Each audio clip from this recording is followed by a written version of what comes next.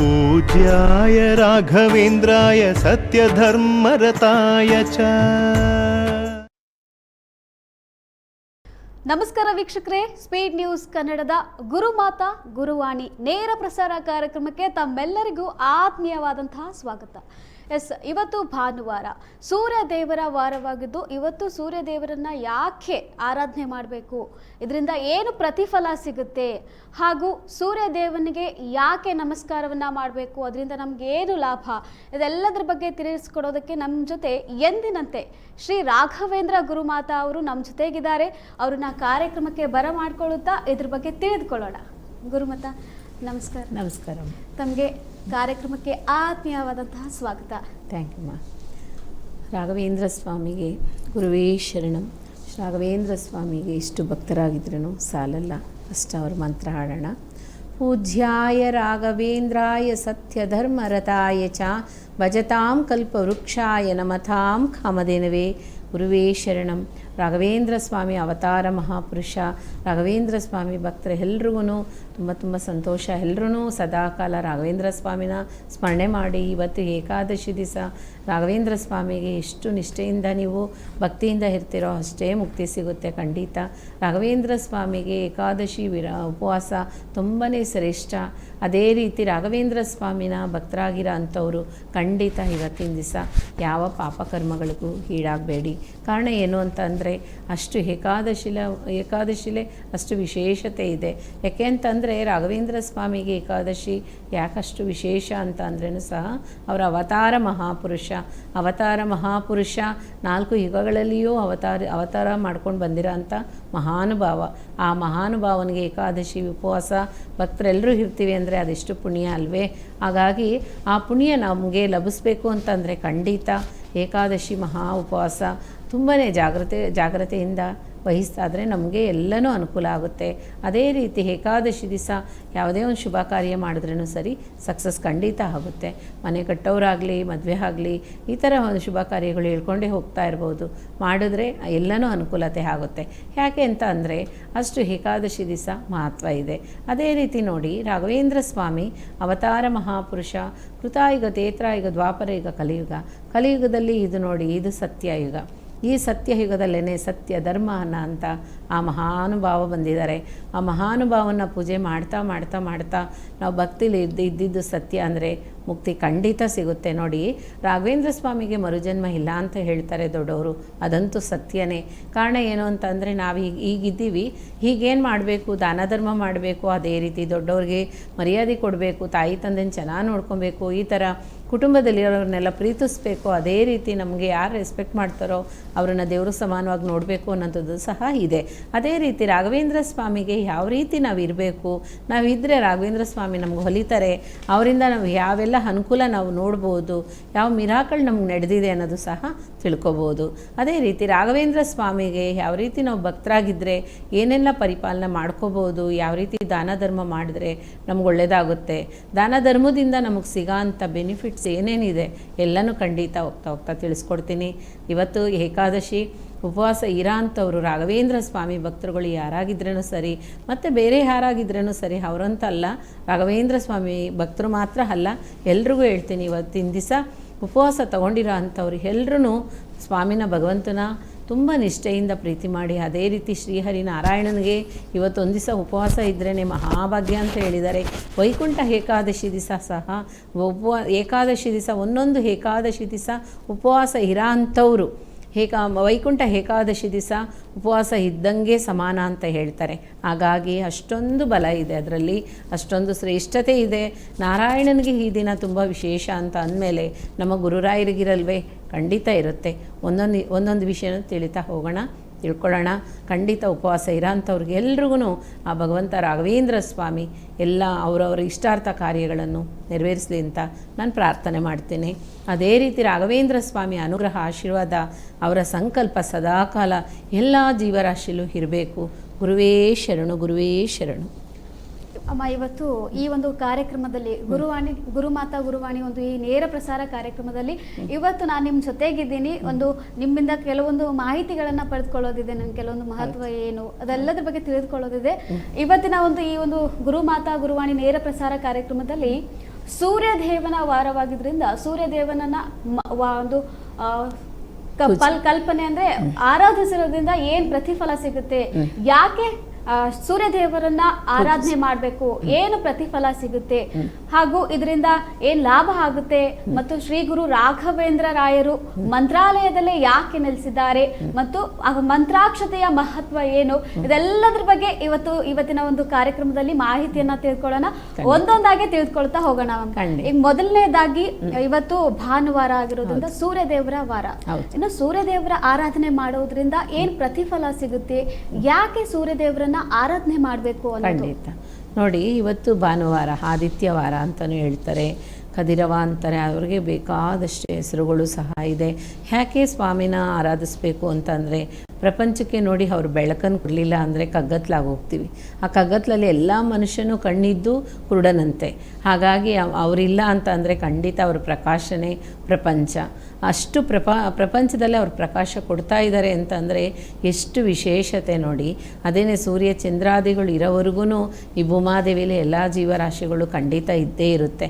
ಹಾಗಾಗಿ ಸೂರ್ಯನಿಂದ ನಮಗೇನು ಪಡ್ಕೊತೀವಿ ಅಂತ ಅಂದರೆ, ಸೂರ್ಯದೇವನೋಡ ನಮಗೆ ಇರೋಂಥ ಒಂದು ವೆಪ್ಪ ಆಗಲಿ ಏನು ಅಂತ ಅಂದರೆ, ಒಂದು ಬಿಸಿ ಅಂತ ಅನ್ನೋದು ದೇಹದಲ್ಲಿ ನಮಗೆ ಬೀಳಲಿಲ್ಲ ಅಂದ್ರೂ ಸಹ ನಮಗೆ ಆರೋಗ್ಯ ಸಹ ಕೆಡುತ್ತೆ.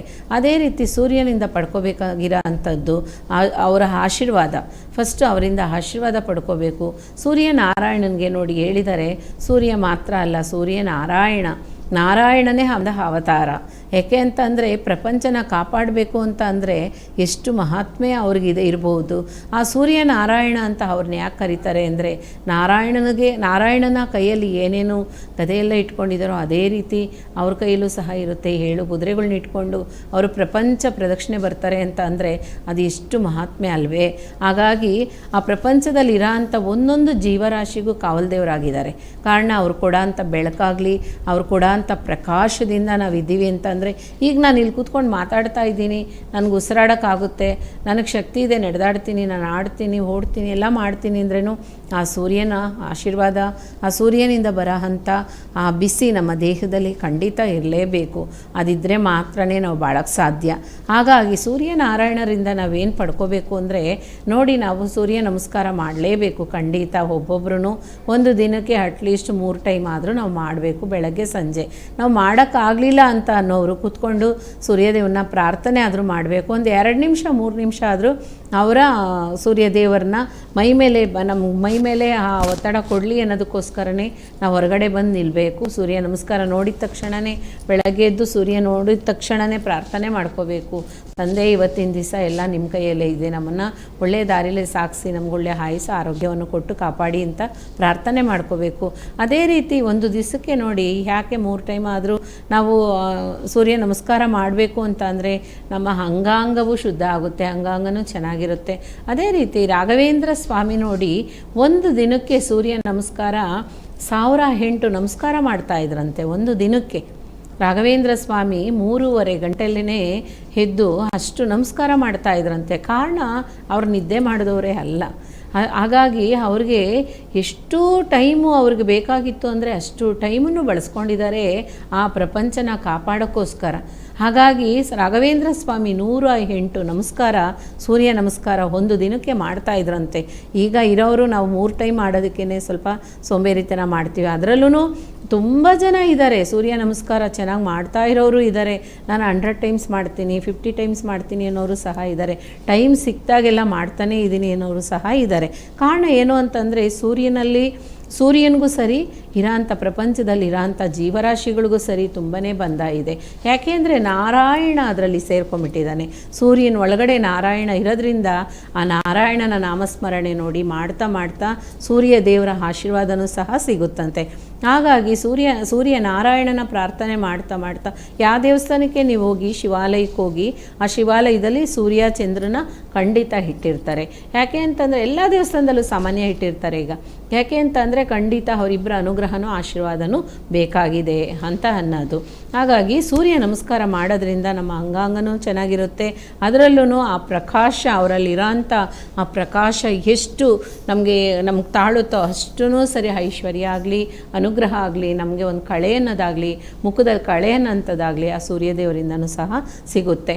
ಅದೇ ರೀತಿ ಆರೋಗ್ಯ ಚೆನ್ನಾಗಿರಬೇಕು ಅಂತಂದರೆ ಖಂಡಿತ ಹೊರಗಡೆ ಒಂದು 5 ನಿಮಿಷ ಸಹ ಆ ಸೂರ್ಯದೇವರ ಬಿಸಿಲಲ್ಲಿ ನಾವು ಕಾಯೋದು ಒಳ್ಳೆಯದು ಅಂತ ಹೇಳ್ತಾರೆ, ದೊಡ್ಡವರು ಹೇಳ್ತಾರೆ. ಅದೇನೇ ಸರಿ, ಸೈಂಟಿಫಿಕ್ ಆಗೂ ಅದೇನೇ ನಾವು ಮಾಡಿದ್ರೆ ತುಂಬ ಒಳ್ಳೆಯದೇನೆ. ಯಾಕೆಂದರೆ ದೇಹ ಬಂದು ಸೋಂಬೇರಿತನವಾಗಿರುತ್ತೆ, ಮಲ್ಕೊಂಡು ಎದ್ದಿದ ತಕ್ಷಣ ಆ ಸೋಂಬೇರಿತನ ಎಲ್ಲ ಸುರುಸುರುಪ ಆಗಬೇಕು ಅಂತಂದರೆ ಖಂಡಿತವಾಗಿ ಆ ಬಿಸಿಲನ್ನು ಮುಟ್ಬೇಕು. ನಾವು ಆ ಬಿಸಿಲನ್ನು ಮುಟ್ಟೋ ಅಂಥ ಸಮಯದಲ್ಲಿ ಖಂಡಿತ ಒಳ್ಳೆಯದಾದೇ ಆಗುತ್ತೆ. ನೋಡಿ, ಯಾವ ಕಾರಣಕ್ಕೂ ಸರಿ ಸೂರ್ಯನಾರಾಯಣ ಆ ಕಿರಣ ನಮಗೆ ಬೀಳ್ತಾ ಬೀಳ್ತಾ ಬೀಳ್ತಾ ಬೀಳ್ತಾ ಅಷ್ಟು ಒಂದು ದೇಹ ಬಿಸಿಯಾಗಿರುತ್ತೆ. ಅದೇ ರೀತಿ ಅವರು ಕಲರ್ ಅಂತ ತೊಗೊಂಬಿಟ್ರೆ ತುಂಬ ರೆಡ್ ಆರೆಂಜು ಅಂತಾರೆ. ರೆಡ್ಡು ಆರೆಂಜು ಎರಡು ಸೇರಿದ್ದು ನೋಡಿದ ತಕ್ಷಣ ಒಬ್ಬೊಬ್ಬರು ಸೀರೆನ ಹಾಕ್ಕೊಂಡು ಡ್ರೆಸ್ ಹಾಕ್ಕೊಂಡು ಬರುವಾಗ ಇವರೇನು ಇಂಥ ಕಲರ್ ಹಾಕ್ಕೊಂಡಿದ್ದಾರೆ ಅಂತಾರೆ. ಆದರೆ ಆ ಕಲ್ಲರ್ಗೆ ಯಾವ ದೃಷ್ಟಿನೂ ಸಹ ಬೀಳಲ್ಲ, ಯಾರ ಕಣ್ಣು ದೃಷ್ಟಿನೂ ಬೀಳಲ್ಲ. ಆರೆಂಜಿಗೆ ಅಷ್ಟೊಂದು ಪವರ್ ಇದೆ. ಅದೇ ರೀತಿ ಶಾಂತತೆ ಜಾಸ್ತಿ ಆ ಕಲ್ಲರ್ಗೆ. ಅದೇ ರೀತಿ ಯಾವ ದೃಷ್ಟಿನೂ ಹತ್ರನೂ ಹೋಗೋಕ್ಕೆ ಸಾಧ್ಯ ಇಲ್ಲ. ಹಳದಿ ಬಣ್ಣ ಕೂಡಿದಂಥದ್ದು, ಹಳದಿ ಬಣ್ಣ ಸೇರಿದಂಥದ್ದು, ಆರೆಂಜ್ ರೆಡ್ ಇದು ಸೇರಿದಂಥದ್ದು. ಹಾಗೆ ಅವರ ಕಲರಲ್ಲೇ ನಮ್ಮನ್ನು ಬಂದು ನಮ್ಮ ದೃಷ್ಟಿನೇ ಸಹ ದೂರ ಆಗುತ್ತೆ. ಹಾಗಾಗಿ ಸೂರ್ಯ ನಮಸ್ಕಾರ ಮಾಡಿ, ಸೂರ್ಯ ಅನುಗ್ರಹನ ನಮಗೆ ಬೇಕಾಗಿದೆ ಅಂತ ಅಂದರೆ ಖಂಡಿತವಾಗಿ ನಾರಾಯಣನೂ ಪ್ರಾರ್ಥನೆ ಮಾಡಿ. ಇವತ್ತು ಏಕಾದಶಿ ಆಗಿದೆ, ಸೂರ್ಯ ನಾರಾಯಣ ಇಬ್ಬರೂ ಪ್ರಾರ್ಥನೆ ಮಾಡಿ ಏನೇನು ಲಭಿಸ್ಕೋಬೇಕು ಖಂಡಿತ ಆ ಭಗವಂತನಿಂದ ಆಶೀರ್ವಾದದಿಂದ ಲಭಿಸ್ಕೊಳ್ಳಿ. ಏಕಾದಶಿ ಉಪವಾಸ ಮಾಡಿ ಸೂರ್ಯ ನಮಸ್ಕಾರ ಆದರೆ ನೀವು ಮಾಡೋಕ್ಕಾಗಲ್ಲ ಅಂತ ಅನ್ನೋರು ಖಂಡಿತ ಕೂತಿದ್ದ ಜಾಗದಲ್ಲೇ ಪ್ರಾರ್ಥನೆ ಮಾಡಿ. ಆ ಭಗವಂತನ ಪ್ರಾರ್ಥನೆ ಮಾಡ್ತಾ ಮಾಡ್ತಾ ಖಂಡಿತ ಎಲ್ಲನೂ ಒಳ್ಳೆಯದಾಗಲಿ. ಗುರುವೇ ಶರಣು. ಇವಾಗ ಎಲ್ಲ ಹೇಳ್ಕೊಟ್ವಿ. ಈಗ ಸೂರ್ಯದೇವರ ನಮಸ್ಕಾರ ಅಂತ ಒಂದು ಯೋಗ ಅಂದ್ರೆ ಯೋಗದಲ್ಲೂ ಕೂಡ ಸೂರ್ಯದೇವರ ಒಂದು ನಮಸ್ಕಾರ ಕೂಡ ಇದೆ. ನಮಸ್ಕಾರ ತುಂಬಾ ಮಹತ್ವವನ್ನ ಪಡೆದಿದೆ ಸೂರ್ಯ ಒಂದು ನಮಸ್ಕಾರ. ಇದರಲ್ಲಿ ಈಗ ಸೂರ್ಯದೇವರ ಒಂದು ನಮಸ್ಕಾರ ಮಾಡೋದ್ರಿಂದ ನಮಗೆ ಏನು ಲಾಭ ಆಗುತ್ತೆ, ಏನು ಯಾವ ರೀತಿಯಾಗಿ ಸೂರ್ಯದೇವರನ್ನ ಆರಾಧನೆ ಮಾಡಬೇಕು ಇದೆಲ್ಲದನ್ನ ಮಾಹಿತಿನ ಗುರುಮಾತಾ ಅವರು ತಿಳಿಸ್ಕೊಟ್ರು. ಇನ್ನು ನಮಗೆ ಮಂತ್ರಾಲಯ ಅಂದ ತಕ್ಷಣ ನಮ್ಮ ತಕ್ಷಣವೇ ನೆನಪಿಗೆ ಬರೋದು ಶ್ರೀ ಗುರು ರಾಘವೇಂದ್ರ ರಾಯರು. ಮಂತ್ರಾಲಯ ಅಂದ ತಕ್ಷಣ ನಮಗೆ ನೆನಪಿಗೆ ಆಗ್ತಾರೆ. ಇನ್ನು ಶ್ರೀ ಗುರು ರಾಘವೇಂದ್ರ ರಾಯರು ಮಂತ್ರಾಲಯದಲ್ಲೇ ಯಾಕೆ ನೆಲೆಸಿದ್ರು, ಮಂತ್ರಾಕ್ಷತೆಯ ಒಂದು ಮಹತ್ವ ಏನು ಅನ್ನೋದ್ರ ಬಗ್ಗೆ ಈಗ ಮಾಹಿತಿಯನ್ನು ತಿಳಿದುಕೊಳ್ಳೋಣ. ಎಸ್ ಅಮ್ಮ, ಇವಾಗ ಮಂತ್ರಾಲಯ ಅಂದ ತಕ್ಷಣ ನಮಗೆ ತಟ್ಟಂತ ನೆನಪಿಗೆ ಬರೋದೇ ಶ್ರೀ ಗುರು ರಾಘವೇಂದ್ರ ರಾಯರು. ಇನ್ನು ಕೆಲವೊಂದು ಪ್ರಶ್ನೆಗಳು ಮೂಡುತ್ತೆ. ಶ್ರೀ ಗುರು ರಾಘವೇಂದ್ರ ರಾಯರು ಮಂತ್ರಾಲಯದಲ್ಲೇ ಯಾಕೆ ನೆಲೆಸಿದ್ರು ಅನ್ನೋದು ಕೂಡ ಪ್ರಶ್ನೆಗಳು ಮೂಡುತ್ತೆ. ಇದ್ರ ಬಗ್ಗೆ ಏನು ಹೇಳ್ತೀರಮ್ಮ? ಪೂಜ್ಯಾಯ ರಾಘವೇಂದ್ರಾಯ ಸತ್ಯಧರ್ಮರತಾಯ ಚ ಭಜತಾಂ ಕಲ್ಪವೃಕ್ಷಾಯ ನಮತಾಂ ಕಾಮಧೇನವೇ. ನೋಡಿ, ಮಂತ್ರಾಲಯ ರಾಘವೇಂದ್ರ ಸ್ವಾಮಿ ಯಾಕೆ ಅಲ್ಲಿಗೆ ಬಂದರು, ಅಲ್ಲೇ ಯಾಕೆ ನೆಲೆಸ್ಬೇಕು, ಮಂತ್ರಾಲಯನ ಯಾಕೆ ಚೂಸ್ ಮಾಡಿಕೊಂಡ್ರು, ಅಲ್ಲಿ ಬರೋ ಅಂಥ ಉದ್ದೇಶ ಏನು, ಯಾಕೆ ಅವರಿಗೆ ಬೇರೆ ಜಾಗ ಎಲ್ಲೂ ಸಿಗಲಿಲ್ವಾ, ಬೇರೆ ಎಲ್ಲಿ ಬೇಕಾದರೂ ಇರ್ಬೋದಾಗಿತ್ತಲ್ವಾ? ಈ ಥರ ಪ್ರಶ್ನೆಗಳು ಖಂಡಿತ ಇರುತ್ತೆ ಎಲ್ಲರೂ ಭಕ್ತರಲ್ಲೂ. ಇದು ಯಾಕೆ ಅಂತಂದರೆ ನೋಡಿ, ಕಲಿಯುಗದಲ್ಲಿ ರಾಘವೇಂದ್ರ ಸ್ವಾಮಿ ಜನನ ಆಗುವಾಗಲೇ ಆ ಮಾಂಚಾಲ ದೇವಿ ಫಸ್ಟೇ ಅದನ್ನು ಮುಂದಿನ ಯುಗದಲ್ಲೇ ಆ ತಾಯಿ ಹೇಳಿದ್ರಂತೆ. ಯಾಕೆಂದರೆ 4 ಯುಗಗಳಲ್ಲೂ ಅವರ ಸ್ಥಾನಕ್ಕೆ ಬಂದು ಹೋಗಿದ್ದಾರೆ. ಒಂದು ಕೃತಾಯುಗ ಆಗಲಿ, ತ್ರೇತಾಯುಗ ಆಗಲಿ, ದ್ವಾಪರಯುಗ ಆಗಲಿ, ಕಲಿಯುಗ ಆಗಲಿ. ಯಾಕೆ ಅಲ್ಲೇ ಅವತಾರ ಮಾಡಿದ್ದಾರೆ ಅಂದರೆ, ಕೃತಾಯುಗದಲ್ಲಿ ಇರೋಂಥ ಭಕ್ತ ಪ್ರಹ್ಲಾದ ಸ್ವಾಮಿ ಆ ಜಾಗದಲ್ಲಿ ಮಂತ್ರಾಲಯ, ಇವಾಗ ಬೃಂದಾವನ ರಾಘವೇಂದ್ರ ಸ್ವಾಮಿ ಬೃಂದಾವನ ಆಗಿರೋಂಥ ಸ್ಥಳದಲ್ಲೇ ಯಾಗ ಮಾಡಿದರು. ಆ ಯಾಗ ಮಾಡಿದ್ದಕ್ಕೇ ರಾಘವೇಂದ್ರ ಸ್ವಾಮಿ ಕಲಿಯುಗದಲ್ಲಿ ಬರೋಂಥ ಟೈಮಲ್ಲಿ ಅಲ್ಲಿ ಬಂದು ರಾಘವೇಂದ್ರ ಸ್ವಾಮಿ ನೆಲೆ ಹಾಕ್ತಾರೆ ಅಂತ ಶ್ರೀಕೃಷ್ಣ ಪರಮಾತ್ಮನೇ ಹೇಳಿದ್ದಾರೆ. ಯಾಕೆ ಶ್ರೀಕೃಷ್ಣ ಪರಮಾತ್ಮ ಅಂದೇ ಹೇಳಿದ್ರು ಅಂತ ಅಂದರೆ, ನೋಡಿ, ಒಂದೊಂದು ಜೀವರಾಶಿಲೂ ಭಗವಂತ ಇದ್ದಾನೆ. ರಾಘವೇಂದ್ರ ಸ್ವಾಮಿ ಅನ್ನೋರು ಹುಡ್ತಾರೆ, ಅವ್ರು ಬಂದು ಇರ್ತಾರೆ, ಎಲ್ಲ ಜೀವರಾಶಿಗೂ ಅವ್ರು ಕಾವಲಾಗಿರ್ತಾರೆ ಅಂತ ಕೃಷ್ಣ ಪರಮಾತ್ಮ ಭಗವದ್ಗೀತೆಯಲ್ಲೇ ಹೇಳಿದ್ದಾರೆ. ಯಾಕೆ ಅಂತ ಅಂದರೆ, ಆ ಭಗವಂತನಿಗೆ ಕೃಷ್ಣ ಪರಮಾತ್ಮನಿಗೂ ರಾಘವೇಂದ್ರ ಸ್ವಾಮಿಗೂ ಅಷ್ಟು ಬಂಧಗಳಿದೆ. ಅವರಿಂದನೇ ಅವ್ರು ಹುಟ್ಟಿ ಬಂದಿದ್ದು, ಅವತಾರ ಬಂದಿದ್ದು. ಯಾಕೆ ಅಂದರೆ ಕೃತಾಯುಗದಲ್ಲಿ ಹಿರಣ್ಯಕಶಿಪು ಕಯಾದಿಗೆ ಮಗುವಾಗಿ ಬಂದಂಥವ್ರು. ಯಾಕೆಂದರೆ ರಾಕ್ಷಸ ವಂಶನೇ ನಾಶ ಮಾಡಬೇಕು ಅನ್ನೋಂಥ ಉದ್ದೇಶ ನಾರಾಯಣನಿಗಿತ್ತು. ಆ ನಾರಾಯಣನಿಗಿರುವಾಗ ಆ ಮಗು ಬರಲೇಬೇಕಾಯಿತು. ಶಂಕುಕರ್ಣನಾಗಿದ್ದವರು ಭಕ್ತ ಪ್ರಹ್ಲಾದನಾಗೆ ಬಂದರು. ಹೇಗೆ ಅಂತ ಅಂದರೆ, ಶಂಕುಕರ್ಣನ ಆತ್ಮ ನಾರಾಯಣನಲ್ಲಿ ಹೋಗಿ ಸೇರುತ್ತೆ. ಆ ನಾರಾಯಣನಿಂದ ಮತ್ತೆ ಬರ್ತಾರೆ ಕೃತಾಯುಗದಲ್ಲಿ. ನೋಡಿ ಮಗು ಯಾಕೆ ಅವರು ಜನನ ಆಗಬೇಕು, ರಾಕ್ಷಸ ವಂಶದಲ್ಲಿ ಯಾಕೆ ಹುಟ್ಟಬೇಕು ಅಂದರೆ ನೋಡಿ, ಒಂದು ಮುಳ್ಳನ್ನು ಮುಳ್ಳಿಂದನೇ ತೆಗಿಬೇಕು ಅಂತ ಹೇಳಿದ್ದಾರೆ. ಆ ಮುಳ್ಳಿಂದನೇ ಯಾಕೆ ತೆಗಿಬೇಕು ಅಂದರೆ ಹಾಗೆಯಂತೆ ಆ ಮುಳ್ಳು ಅಂಶ ಹೊರಗಡೆ ಹೋಗೋ ಅಂಥದ್ದು ಕಾರಣ. ಹಾಗಾಗಿ ನಾರಾಯಣ ಯಾರು ಶ್ರೀ ವೆಂಕಟೇಶ್ವರ ಸ್ವಾಮಿ ತಿರುಪತಿಲಿರೋ ಅಂಥ ದೇವ್ರ ಹತ್ರ ಹೋಗಿ ಅವರು ಪ್ರಾರ್ಥನೆ ಮಾಡ್ತಾರೆ. ಯಾವಾಗ ಕಲಿಯುಗದಲ್ಲಿರೋ ಅಂಥ ಗೋಪಿಕಾಂಬನು ತಿಮ್ಮಣ್ಣ ಭಟ್ಟರು ಪ್ರಾರ್ಥನೆ ಮಾಡ್ತಾರೆ, ನಮಗೊಂದು ಮಗು ಬೇಕು ಅಂತ ಪ್ರಾರ್ಥನೆ ಮಾಡಿದಾಗ ಭಗವಂತ ಯಾವಾಗ ಶಂಕುಕರ್ಣನಾಗಿ ತಗೊಂಡ ಆತ್ಮನ ಹಾಗೇ ತಂದು ಈ ದೇಹದಲ್ಲಿ ಒಂದು ಆತ್ಮವಾಗಿ ಬೆಳೆಸ್ತಾರೆ.